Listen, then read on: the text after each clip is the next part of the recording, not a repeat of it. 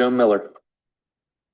Thank you, Chair. Through the chair to the witnesses, I remember Ms. Bearfield's testimony in committee, and she had stated a staggering 40% lack a high school diploma, more than half were unemployed at age 21, and more than 1 in 3 experienced homelessness. And it felt like listening to her, it was more like hopelessness. This looks like it's going to target directly a group of people that has been identified and give them hope. I don't recall in the bill and in testimony exactly how you are going to make sure that these foster care children don't feel like their future is hopeless with this scholarship fund. Through the chair to Representative Miller, thank you so much for recalling those remarks. You are absolutely right.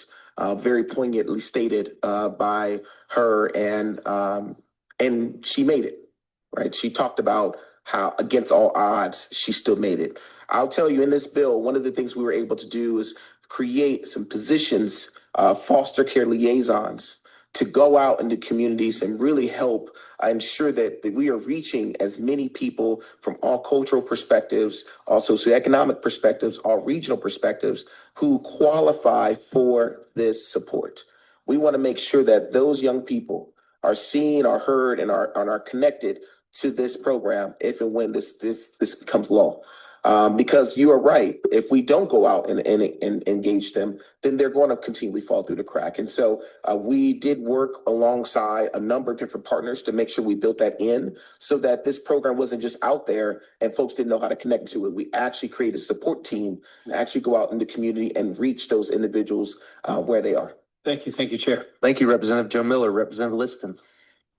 Thank you, Chairman, and thank you, representatives. I love this bill and I'm really excited about it. I'm so glad to be able to hear it in finance because I'm not on higher ed, but I wanted to highlight the support position. So I'm glad that you did. And as a mom with kiddo at college and a senior in high school trying to figure all this out, I know it's super complicated even for the best of circumstances. So I guess with that in mind, I didn't catch how many kids this impacts. How many kids in foster care above 13 are we looking at across the state? And then is 4 enough? I just want to get a sense of how this money sort of spreads and where it concentrates. Through the chair to Representative Liston, thank you for that question. So with our bill, we understand that there's going to be a ramp up period in relation to how many students would get connected to this scholarship. We also know that is likely that by year 2, again, if this bill passes as current, there will be a lot more students accessing this program because they qualify and they now know because we have those foster care liaisons out there engaging the community.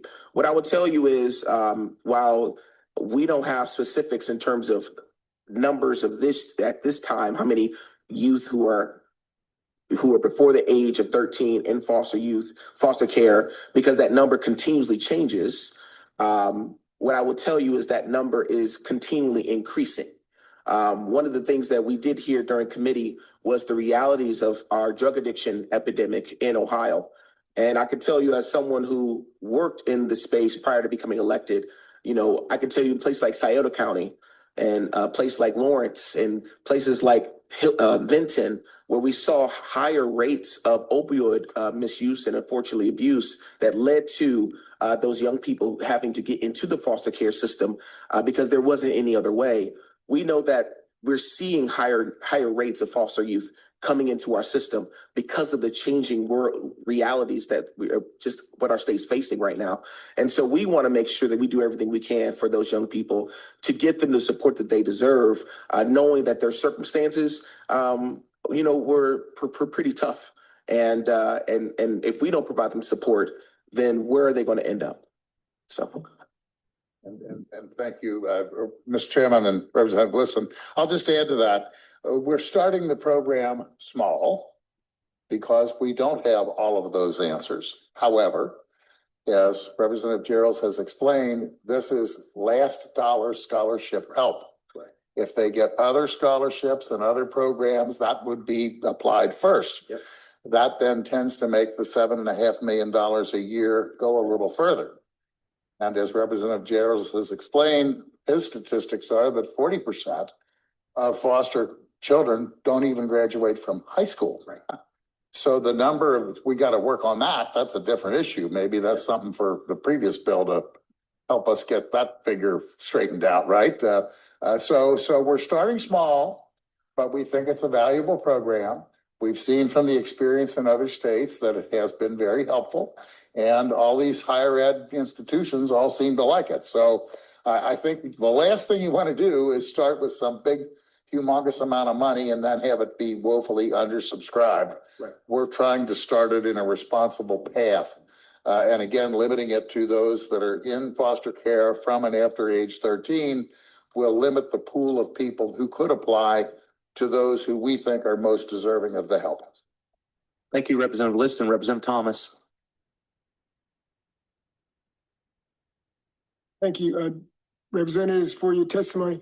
I'm going to kind of piggyback on what Representative Seitz just mentioned, because my question was concerning the 40% that don't finish high school. So we're not addressing that 40%. Those are the kids that, is my understanding. Okay, and so the other percentage, are we saying that these are the kids that actually graduate from high school and then go and attempt to go to college? There's a scholarship available for them. Is that what we're saying? Through the chair to Representative Thomas, absolutely, yes. And so we understand that there is a large gap of our foster care population, youth who do not complete high school. But when they complete high school, those barriers do not end, right? They only transition now into their post-secondary choices. And so whether it is a trade, whether it is a private institution, whether it's a public institution, we want to ensure that we're providing those supports. And we heard a lot of testimony, by the way, from individuals who have this lived experience to talk about, again, in spite of all the odds against them, they still made it. But they always said at the end of their testimony, I made it, but somebody else didn't. And so what we want to do is make sure that we're providing that support so that all of our individuals who make it past high school have now the opportunity to think about college. They have the resources and the supports that they need to actually complete. Just follow up. Real quick. So in essence, I guess I'd have to, we can conclude that if 40% of the kids aren't graduating, we got a problem with the foster care system. And maybe just the thought is, how do we fix that problem going forward? As a, in other words, part of what you're doing, let's talk about scholarships to high school education and going forward. In other words, how do we spin this a little more to capture that 40% that we're dealing with here?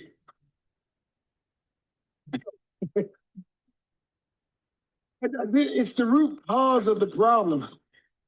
Through the chair to Representative Thomas, the reality is what we illuminated in our testimony is a lot of need, a lot of support.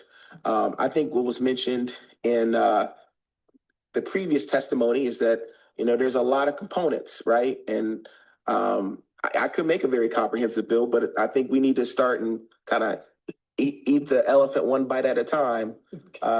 Not to use the elephant as an analogy, but here we are.